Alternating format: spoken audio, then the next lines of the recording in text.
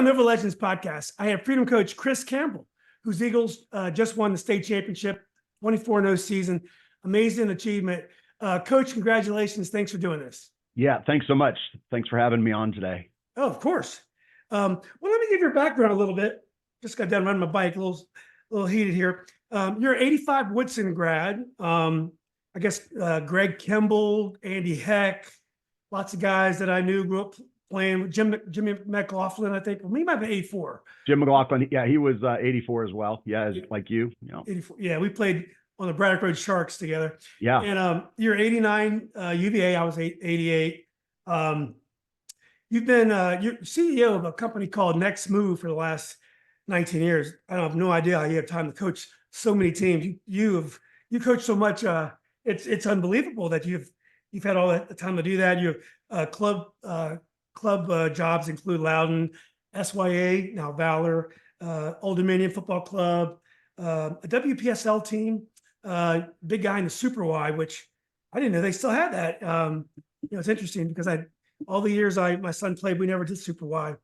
But anyway, you spent the last, I think, 15 years up here in Loudoun County at Freedom. And then you also coached Paul VI the last 3 years, which is also Loudoun County. So I guess you can help stop some of those kids from transferring from Freedom to Paul VI because you're in both places. Coach, did I get most of that right? That's all right. Yep. I've been actually Freedom for 14 years, heading into the 14th year, 10 years as the head coach. Okay. Well, that sounds great.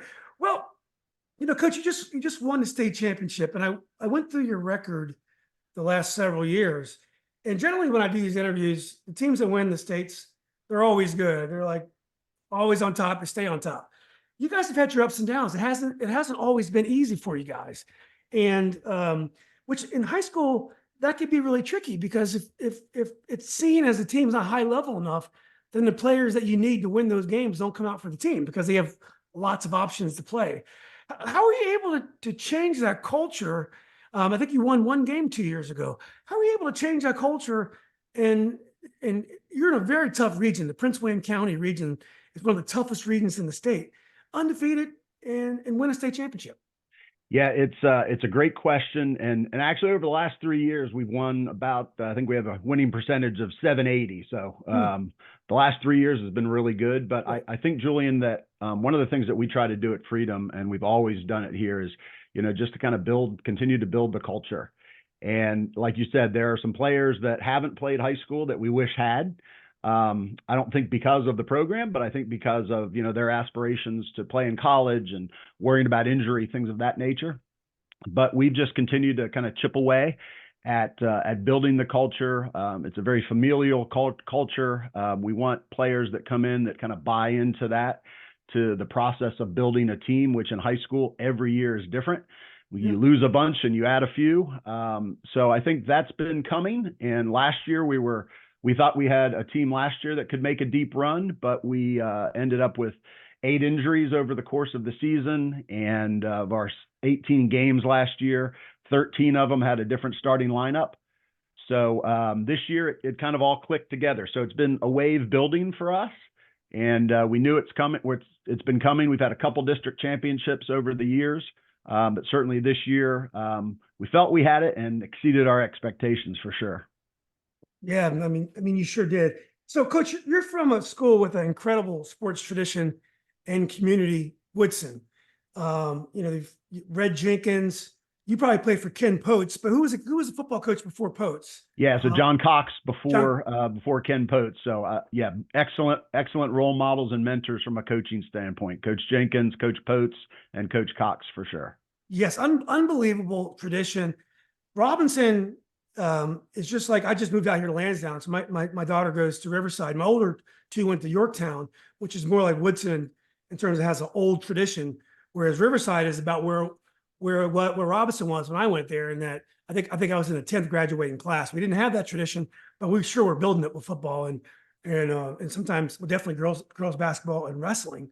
But what is it like, the challenge or the joys building culture from out of nowhere at a new school when you don't have the Woodson and the Boosters and all this, the Tommy Amakers and and the what were the brothers' names that played basketball? The coach Jenkins talked down from West Virginia. Anyway, all Walter Hawkins, Right. all these Marshall Pete Jefferson, Holbert, all of those folks. Steve Yeah. Holbert, all these great athletes of tradition. You had to kind of build it. What's it like building tradition and culture at a brand new school?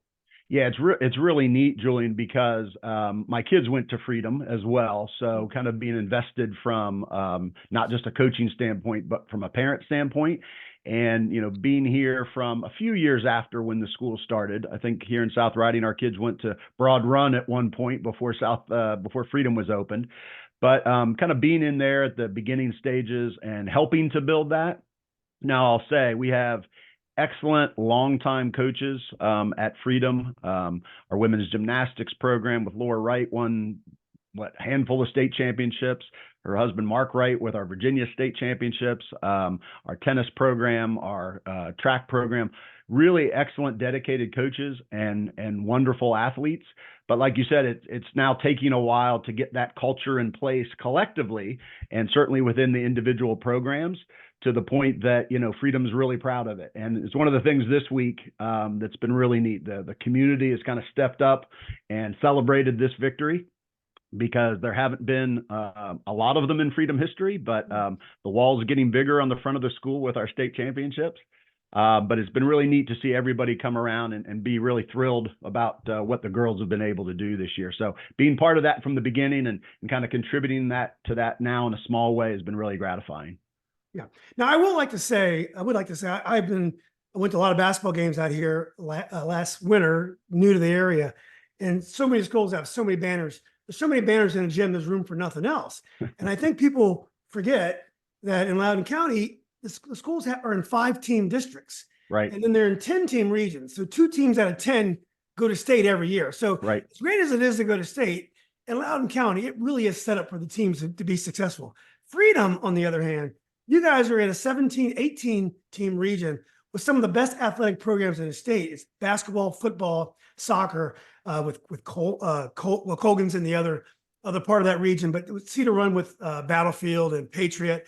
Right. That district is so tough, and the region with Colgan is really tough.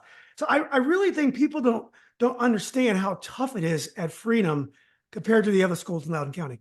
Yeah, it's as 6A, it's tough to win, right? And you have to bring your best every year, and that's been a message that that the girls understood, and our traditional nemesis the last few years in Battlefield.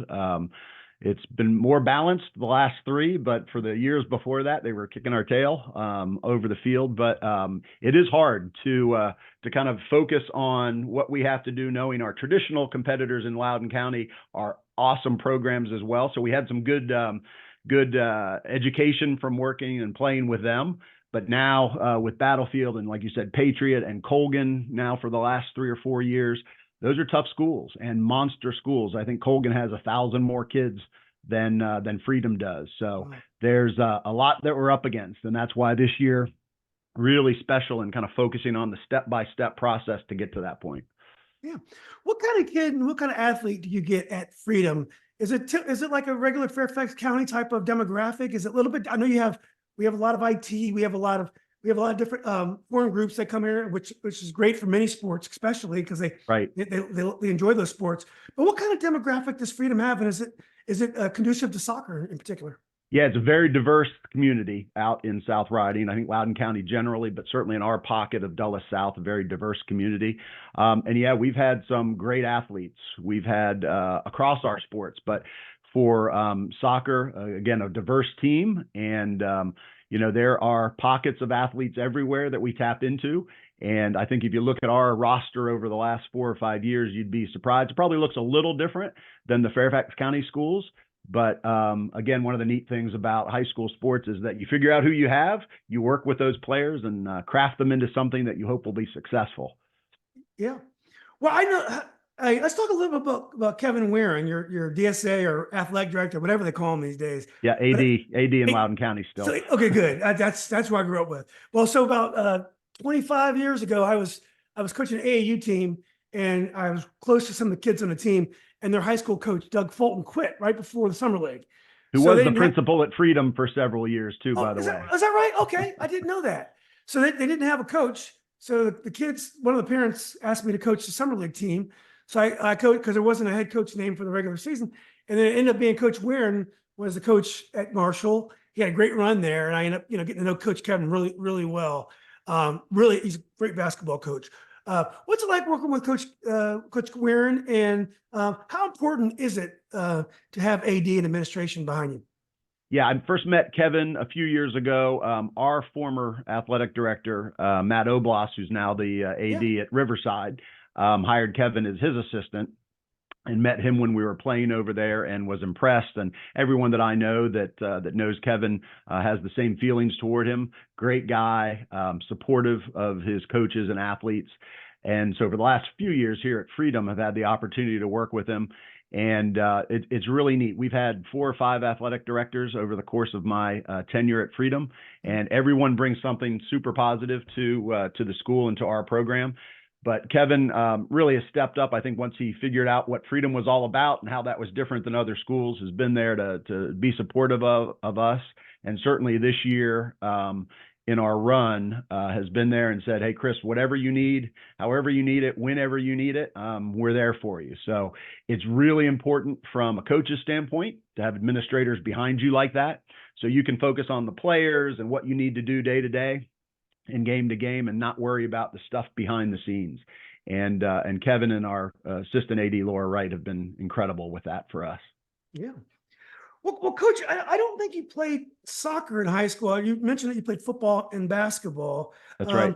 How did you get into coaching soccer? And also talk about, we mentioned earlier Coach Cox, Coach Potes, Coach Jenkins, 3 legendary Northern Virginia coaching names, especially Coach Jenkins. When you coach nowadays, is it any relation to the kind of coaching they did or the kind of personalities they were? Is it totally different? Talk about those guys, and also talk about how you got into coaching in the first place. Yeah, so I actually played youth soccer up through middle school, and played with a number of folks that have been on your podcast before. So interesting, a longtime friend of mine from elementary school, Andy Heck, and I were on the a team, the Little River Sting, when it first started years ago. Wow. And then when that broke up, several of us went to Braddock Road and other programs.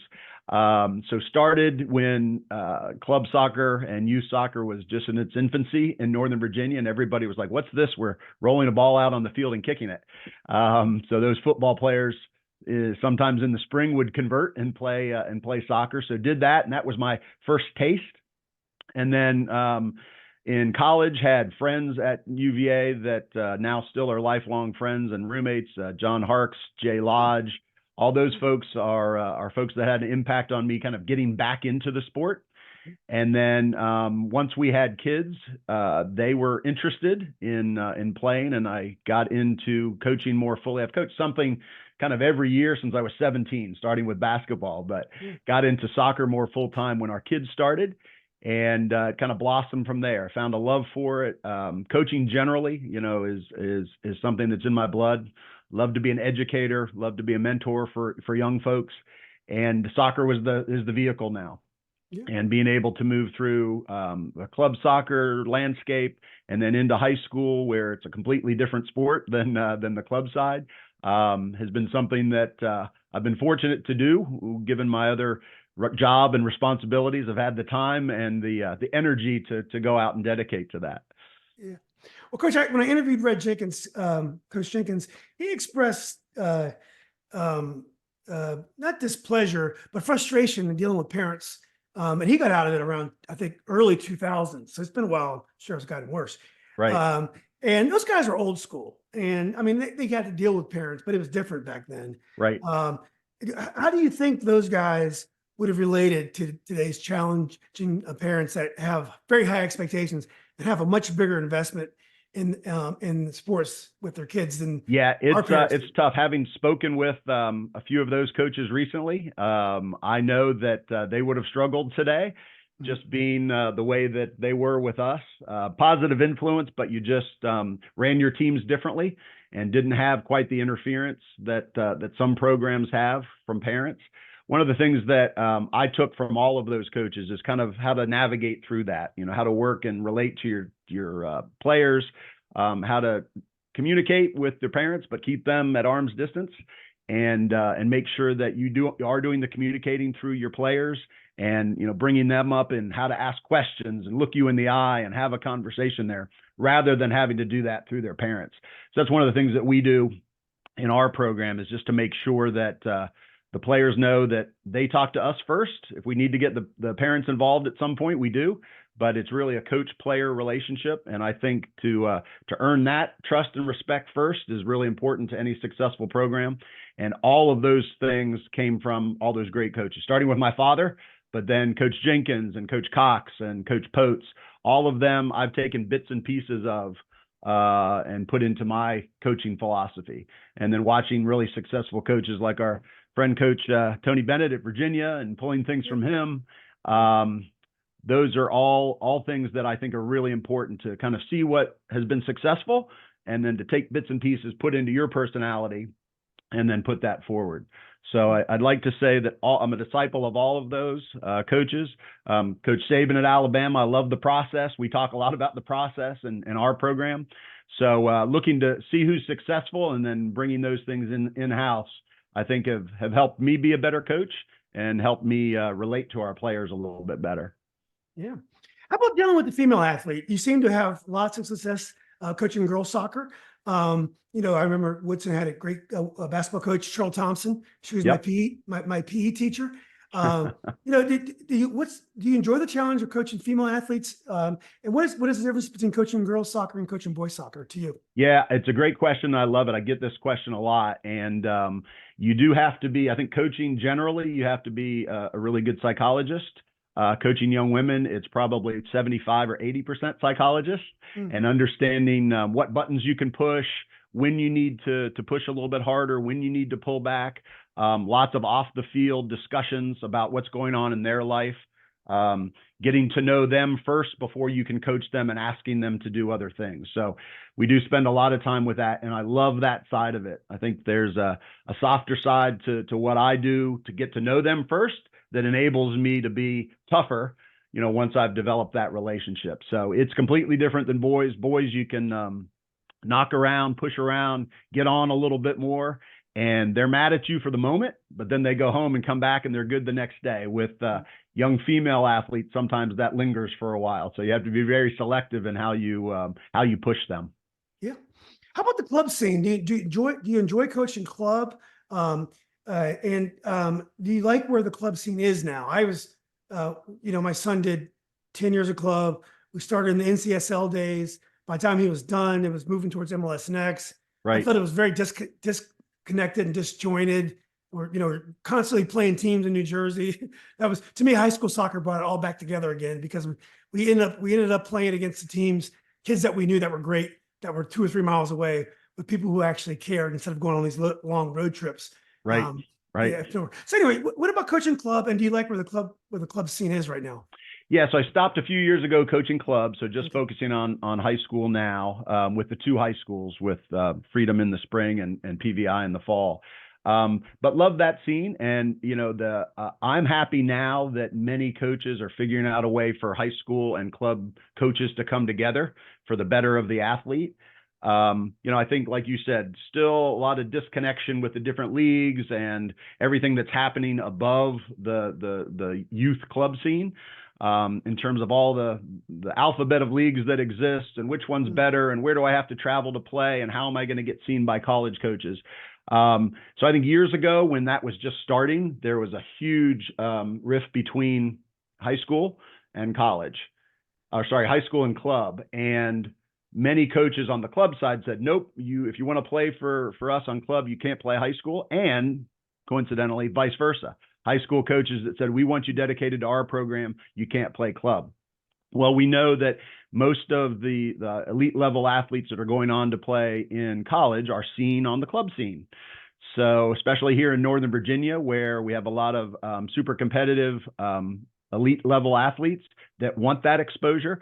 As a high school coach, you have to figure out a way to manage that. And I spend time with our girls club coaches to say, hey, our joint effort here is not to overtrain them, is not to get them tired. We want them ready for your games. We want them ready at the end of the high school season to be able to make a run like Freedom did this year. So I think there's a lot of that communication that goes on. And that's really, I'm really happy about that, Julian, because I have always equated it when folks ask to me that club is kind of the business side of soccer and high school is the fun side of soccer. Not that club doesn't have fun and not that high school doesn't have competition, but it's something special to wear your school name across your chest, to play with players that you've played with since you were 3, 4, 5 years old. And, ultimately, like in the case for our team this year, to have kind of the ultimate high school success, right? To reach the pinnacle of what you can do in high school with all your buddies that you've been with forever. So I'm glad now that there's a little bit more connectivity between club and high school. We have to continue to work on that because I think there's some positive things that the girls can get from both. And those players that did not play high school that I know have come back years later and say, you know what, I made a mistake. I should have played on your team in high school. I missed that part of my soccer career. Yeah, I agree, Coach. What do you think about high school as a development step? Like for example, Cooper Noseworthy from the amazing striker from Osborne, who's now at James Madison, told me it was great for him to play high school because the goals meant a little more pressure. The level, of course, is not as high, but it was still good for him to play high school, made him a better player. You had a player of the year, Addie Hess, this year, I believe, is going to Penn State in a very similar situation. I'm sure the passes aren't as perfect, even though your high school team is very high level, but the game is a little bit more uneven than she would experience at the club level. Do you still think it's a good development step for these top players to play for the high school? I do. And again, here in Northern Virginia, it's different. If you're playing, pick a county in some rural area of the country where maybe the competition is completely unequal. Here you're playing against players that are going to play at high level schools in a couple years or next year. In Addie's case, you're playing against a defender that's 6 foot tall and stout and is going to be on her back the whole game. You saw that in our final game with Colgan last week.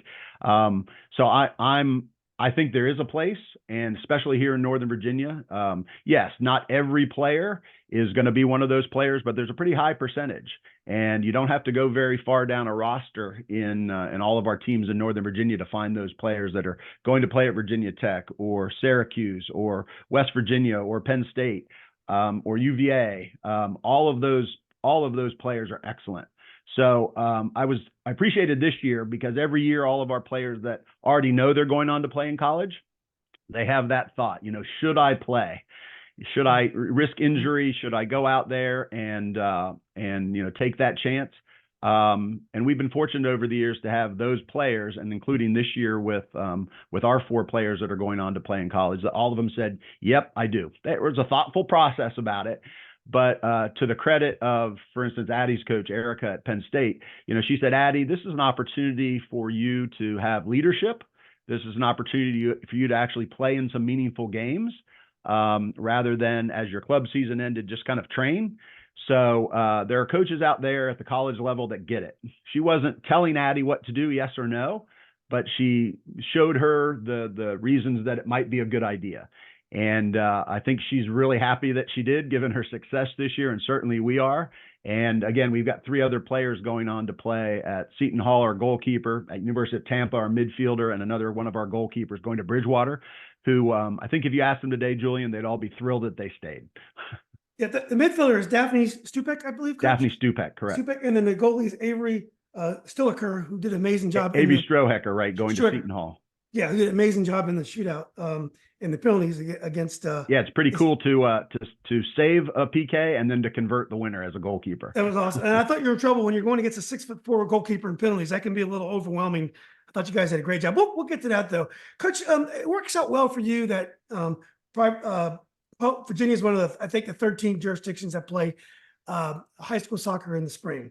Do you think it works, or do you think there's not that many sports going on in the fall? So right, it makes better sense that they have it in the fall. It would align with the private schools and other jurisdictions, but it's not like that. I don't think it's going to change. Do you think it works?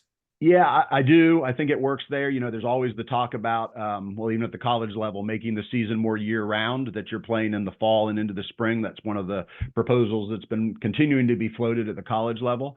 Here in the DC area, so you have your Virginia teams that play in the spring, your private schools and the Maryland schools play in the fall. It would be great to have all of them together. That would be a heck of a competition. But I think it works. And I know that, they call it the football line, right? Everything south of the Mason-Dixon line, they like to play in the spring to avoid the football conflict. Yeah. But yeah, I'm not sure that's ever going to change, but it seems to work out. Now I have perspective from the fall with PVI and the spring from Freedom, and found a place to make it work. Yeah. How would you compare coaching public against coaching private? My guess is you have less probably talent. You have less numbers of talented kids at private, but you probably have some really top end players as well, though. Yeah, I think that's right. I think the first thing, Julian, and again, this is a question I get all the time, as you can imagine, and mostly from the players on both teams. Yeah. But the athletes are very similar. Again, here in Northern Virginia, they're all friends. They all play on the club teams together. So at our two teams, at PVI and at Freedom, they all know each other, most of the girls. There's great relationships there. It's a healthy rivalry now between the two. But players are players, parents are parents. And I've found that there's not much difference between, how we put things together and how the players respond to that. Maybe a few, and the distance for travel for private schools versus the public schools. But, we approach it the very same way. There's a process to developing a successful team, and we're trying to implement that now at PVI, and obviously had some good success doing it at Freedom. So Coach, when you think about coaching your club team as opposed to coaching your high school team, do you have enough time and you have enough talent to do the things you do in club that you want to, can you do the same things in high school that you do in club? I guess this year you probably could in terms of talent. I don't know if you have the time to put everything in, but what about how you want to play soccer?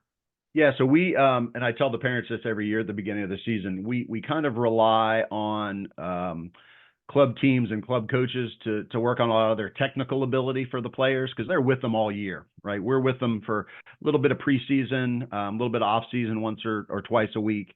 But when we get them in mid-February, we've got 2 weeks to the first scrimmage, maybe 2 weeks.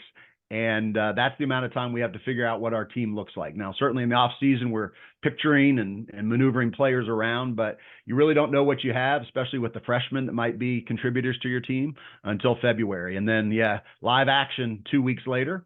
So we do rely on them coming in fit, coming in into our tryouts, ready to go, understanding of the game. And then we have to figure out those players that we're getting, how they fit into what we do, our system, how we like to play. They might play a completely different position on the high school team than they do on their club team, and we have a history of that. We have defenders that have become forwards and vice versa. We have midfielders that have been interior midfielders that we move outside. So that's our biggest challenge. I think the coolest thing for us as coaches is doing that at the beginning of every season, kind of crafting from scratch. But it also can be challenging trying to figure out where they want to play, because the girls are sneaky too, right? If they're a defender, they say, "Oh yeah, of course, I'm a forward. I play forward on my club team." They want to get up and score some goals.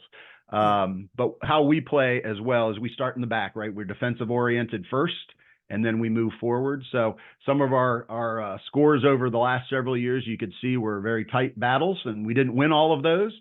But we like to be solid in the back first, and then build up. And this year, we were fortunate to have some incredible attackers. So Addie and Carrie Talk and the freshman Bella Brandt and Ella Freed and Daphne, you mentioned, all of these players that I think we had 14 players score goals this year. Wow. So we're fortunate to be able to balance from kind of a traditional defensive posture to a little bit more attacking this year. Yeah. Well, Coach, when you think about going into this year, last year you had lost to Colgan, and my guess is that was a pretty memorable and high-level Colgan team you lost to, with Samantha de Guzman and Cam Winger, and then many of the girls we saw last week. So last year you lost it in 3-0. Did you guys learn something in that game? Did you feel good coming into this season that you guys would be a better team? Yeah, I'll go back. Actually, the year before that, Julian, we came into the region tournament as the 4 seed and knocked off number 1 Colgan 1-0 with a goal with 2 minutes to go in the regional quarterfinal. Wow. that was kind of the seed, right? That's where we said, okay, with these other teams at Class 6, we can compete if we play our best and we do the things that we know how to do. So then coming into last year, we felt really good. Like I said, I thought that team was one that could make a run, but injuries got in our way and just couldn't sustain it. And so at the end of the year, lost 3-0 to Colgan in regional play. So I think that was, both of those memories were in our girls' minds, that they knew they could do it. We didn't play our best and didn't have everybody last year. So putting those two things together and kind of balancing them out gave us our motivation. And then, figuring out a way to be consistent and win against Battlefield, who in our district is always the one that we've been up against. So we're able to do that 3 times this year, which I think would have made most of our girls happy to say, if we did that for the season, we'd be good. But then, as the confidence built halfway through the district schedule and kind of started to circle the regional dates on it, knew that Colgan was coming, and our girls came out flying that game. We had a regional game at home, regional final game at home for the first time ever. It was 11:30. We had 500 kids that they let out of school to come watch the game. It was a really cool high school sports atmosphere. Yeah. And that's when we said, okay, now we think we can make a run here. What can we do here the next 2 weeks to get to states? Yeah. So certainly different and certainly educational. The game 2 years ago against Colgan and then the game last year gave us that motivation to move forward into the 2024 season. Yeah. Well, one early test that you had was against one of your noisy neighbors, Champ, who was also the Class 4 champion this year. They have at least, I think they have 2 Georgia commits. Yeah, a very, very strong team. What was that game like? And did you feel good about being able to beat Champ early in the season? Yeah, the best. Well, Champ's always been, they're a mile from freedom, right? So that is the traditional. It's kind of like Robinson Woodson used to be, Woodson Annandale back in the day. So that's always circled, and they're not in our district anymore since they dropped down to 4 and we're still in 6. But that's one that the girls circle all the time. And the fact that it was our first game out of the gate, and to the credit of both teams, we had some traditional starters that weren't there. They were gone for either GA duties. I think there was a tournament. So we were without our starting goalkeeper. We were without Addie. We were without Daphne in the midfield. They were without Maya. So to the credit, and this is another thing I credit our season for, is other players stepped up. That was a 1-0 hard fought game, which it usually is. And with key positions that had to be filled by our reserves, they stepped up and did what they needed to do. So huge win because of the absence of those players. And again, giving our other players that may not have got as much time during the course of the season, the confidence that, hey, when I'm called upon, I can do it. So that was a great start to the season. It's always good to beat your hometown rival. Exactly. Well, Coach, most of the games you won pretty comfortably, even against tough Cedar Run competition. Is there ever a sense that being undefeated adds a little bit of pressure? That I never think it's good to take a loss, but look, Woodson nearly got to the state final this year, going 0-8-1 in the first 9 games. Right. It just shows you how worthless the regular season can be sometimes. Right. Because there's not very many elimination points anymore. But do you feel that being undefeated can add a little pressure to a team? Definitely did. And like you said earlier, Julian, from where we have traditionally sat, which is, that second, third team, sometimes third, fourth team in our district. We were the hunters to start, and halfway through when we were 8-0, I turned to the girls. We had been through all of our district games the first time, and I said, so now we're not going to surprise anybody. Now we've gone from the hunters to the hunted is the phrase that I used. And, thinking about that, and I know there's lots of conversation around our team, lots of conversation with the parents on our team. Hey, it would be good to lose one now. And the longer we went, I'm like you. I said, well, how about not? How about maybe having a game where we just don't play well, but we still win? Yeah. And that happened a few times with some of the great teams that we played. An up and coming Gainesville team in the regional tournament, first round of the regional tournament, took us to 2-1, and that was a battle the whole way through. But I love those games because there's lots of lessons as a coach you can pull out. But at the end of the day, you still had the 0 at the end of your record. So I'll be much happier with that than taking that loss with a lesson. Freedom being in the same district as Battlefield, Gainesville, and Patriot, they're good in everything. I mean, every year they're good in everything. It's just like Yeah. they're big, well endowed schools. I mean, it's they have great demographics for all different kinds of sports. I They think do. And Gainesville is one that's, that's only what, 2 or 3 years old. So oh, God. watch out for them in a few years, because they've pulled from Patriot, they've pulled from Battlefield, and they're going to be a force to be reckoned with. I told their coach, I love the way they play. I love the way she's putting them together. So yeah, we know that they're coming. Yeah. Well, basketball, football, just absolutely nuts. The talent. So Coach, Colgan was the game in front of the daytime student crowd where you won 2-0. So you go to state, and I believe you played that was a runner-up against Colgan, and then you go to the semifinals and you play Woodson, or no, you played No, so the regional final was Colgan okay. at Freedom, and then the first round we played Western Branch. You played Western Brown. What was that game like? Because I know that Kellum had dropped down to class 5. Kellum dropped to 5, correct? Right. So that was a well, we're not afraid of anybody, but Kellum is a force. Yeah, they are. And I know they knocked off Independence out here for in the state semifinals this year to prevent Independence from repeating their state championship. So yeah, great squad there. But yeah, we played Western Branch from Chesapeake. We just came out and all cylinders were firing for us. So it was a 5-0 game. But they had some talented players. You're talking earlier about, you kind of a high school team relies on a few really exceptional players, and they had one. So we had to be aware of her. We kind of planned for her in film study, and everyone knew where she was. So minimizing her impact and us just doing the things that we do, that was fairly comfortable 5-0 for us in the quarters of the state.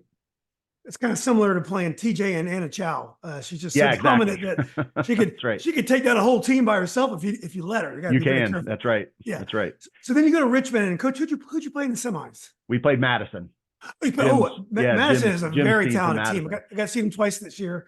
So what'd you think about Madison, and what were your thoughts on that game?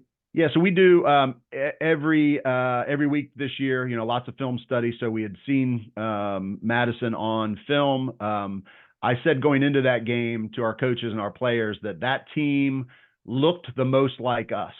Perhaps we were a little bit more stout defensively than they were. I know Jim told me that in this all-state meeting last week, but from a midfield, from an attack with the weapons that they did have, looked very similar. So in our planning for them, it was more like the intra-squad scrimmage, right? Here's what they do. Here's what we do. Here are the players that we need to be aware of. Here's how we're going to try to minimize their impact. And then knowing the areas that we want to move on, we attack those areas in our training. So again, when we went into that game, we felt it was going to be tough. It certainly was. Addie scored 2 goals, but they gave us some heartburn in preparation, and we're really happy to play the way we did and come away with that 2-1 victory to move on to the final. Very different team than you'd face in Colgan. Much more offensive, dangerous. Colgan's very, very stout with 2 top center backs and then a top goalie. Right. Yeah. And again, we've seen them. We knew what was coming for sure with Colgan, and the fact that we had been successful in the regional final against them. That was just adding some fuel to the fire. And Tom and I, their coach, had talked, and we're looking forward to that. I think when we shook hands at the end of the regional final, we said, let's hope we're seeing each other here in a couple weeks down in Richmond. And indeed that played out. But they are always just solid. And this year, you're right, they're not as efficient in their attack, but their defense is, it's top of the heap, right? And they gave up, 3 goals or 2 goals, no goals in district and 2 goals in regional. They were both to Freedom. And we had given up 8 all season too. So we were trying to put our attack in full gear. They did a good job of defending us. I think we did a good job of being more efficient in defending their midfield.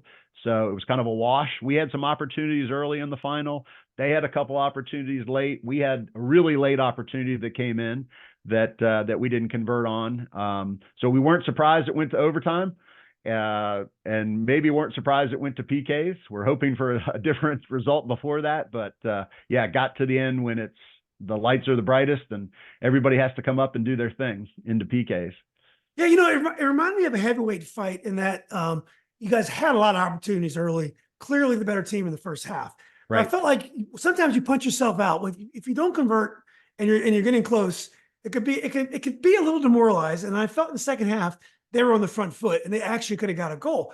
But minutes before penalty kicks, you guys had a clear opportunity to win the game.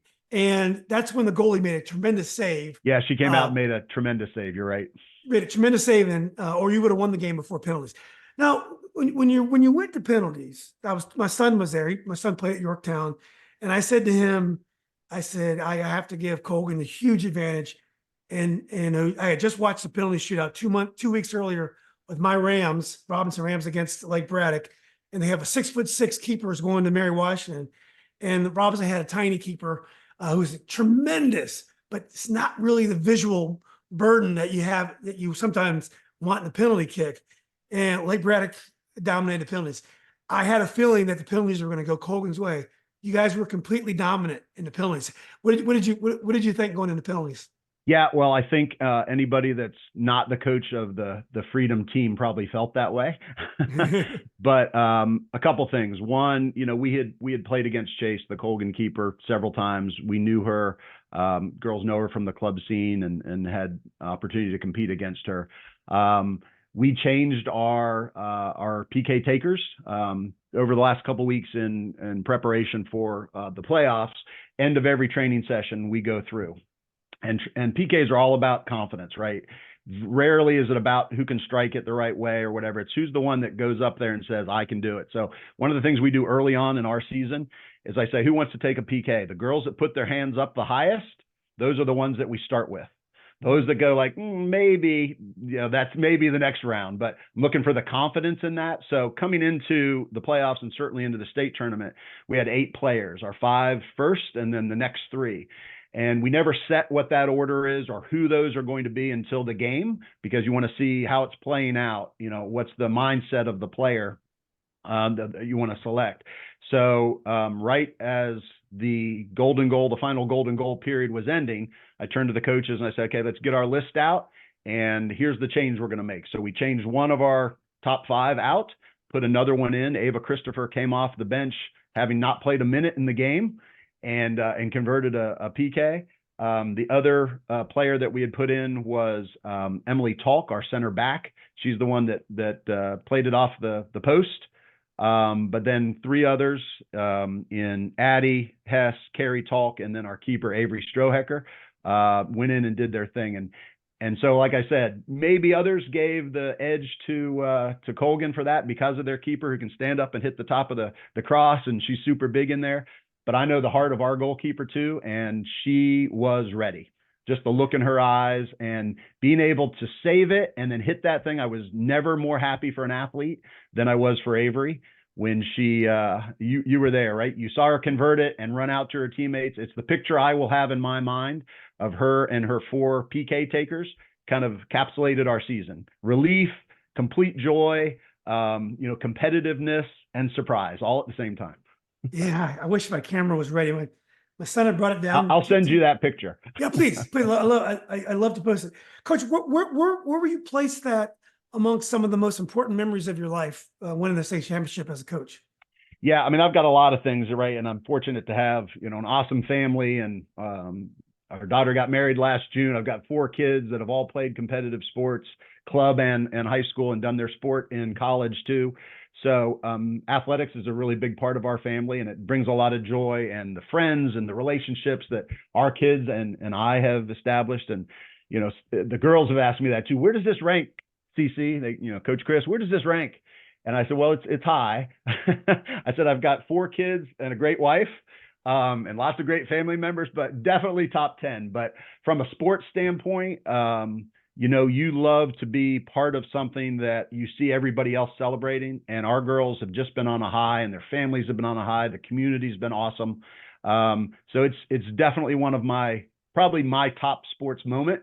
The UVA national championship game in Minneapolis, I was there for that. That was, as a non-coach, that was a great moment. Yeah. But all these things that kind of encapsulate what high school sports are came together for us on Saturday, and we're still floating. So definitely top memory for me.